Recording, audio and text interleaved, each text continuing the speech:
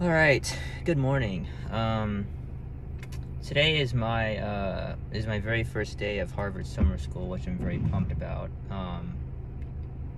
The weather's a little bit gloomy outside, but it's been really bright and sunny these last few days, so I can't really complain. So as you can see, I'm wearing my baptism shirt, even though I didn't get baptized, but I just wanted to make a short and fun kind of beach retreat reflection video and what I got out of it this time. So, beach retreat for me has always been a really incredible experience, and I'm not by any means saying that this time it wasn't. It's always been, I'm not sure if I even stated this in any of my videos yet, but it's always been an extremely powerful week. And it's always been an experience where I came back a completely altered person. Now, sorry, I'm getting my pre-workout in real quick because I'm about to work out when I get back. Now, this year, I was actually extremely lucky because they actually decided to do some type of beach retreat event, even though COVID is still going on today.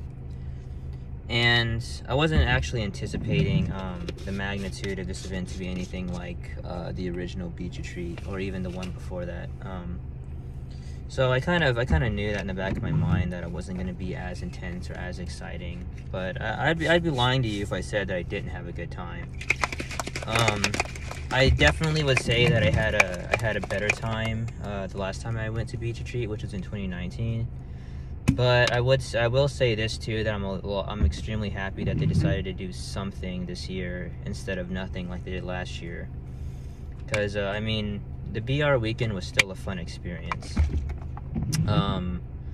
Like I said, I wasn't expecting it to be as good as BR 2019, because for one, it was a lot shorter. It was only 3 days. Two, it was a much smaller venue. And three, we really didn't have any time to do a lot of the things that we normally did at BR. Like we didn't have a worship night. We didn't get to do silent sounds on the beach like we normally do. But all of that was kind of expected. But I am happy to say that we at least got to do something this year. But anyways, so for me, I was a volunteer for it. So I was basically I wasn't a student there because I graduated in 2014. But I mostly did kind of like the behind the scenes stuff, like a lot of the setting up, a lot of the unboxing the shirts, kind of setting up the pools and that type of thing. And one of the things that me and my, I guess, kind of co-volunteers, one of the things that we talked about the night that students were getting baptized was, even though it was a little bit disappointing that things were a little bit more hectic and there was a lot less fun, the most important thing is that, people's lives are changed, as was mine back when I was going to beach retreat. And I have to say, as someone who's always come back from beach retreat a changed person, I have to say that that's absolutely true. And for a lot of students and a lot of leaders and volunteers, this was the very first time they've ever actually seen anything like this. It was the very first time they've ever seen, the church. This is the first time they've ever actually seen what BR looks like, which is kind of funny because the event didn't look anything like it regularly does.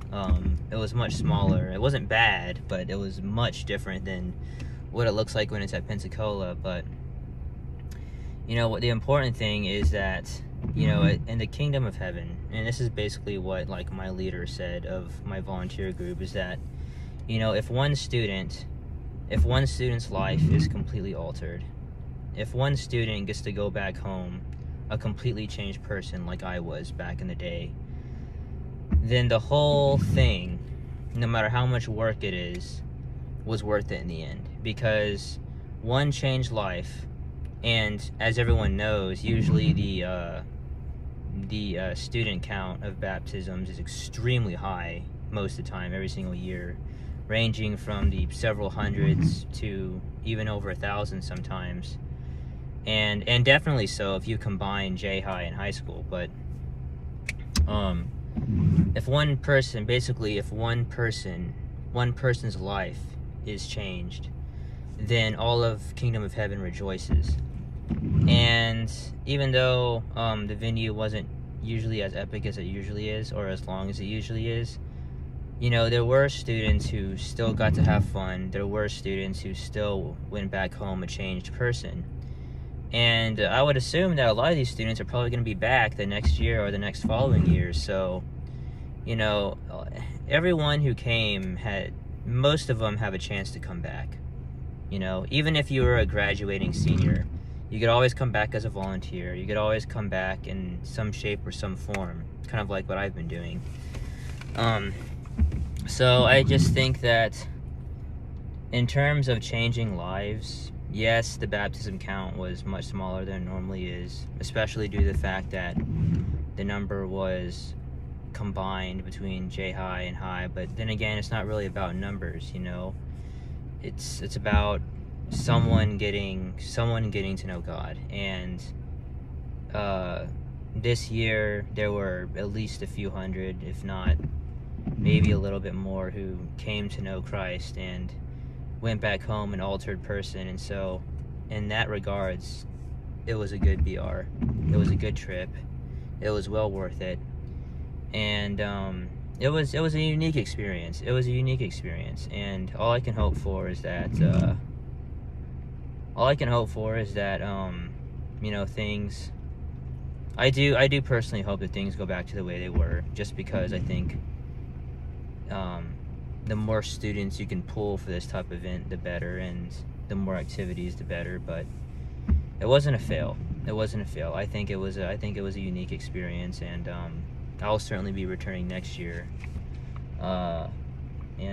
Yeah, I just hope that everyone had a great time, and I hope everyone can learn and reflect and, you know, continue this journey, continue this walk, you know, with God, and just live life to the fullest.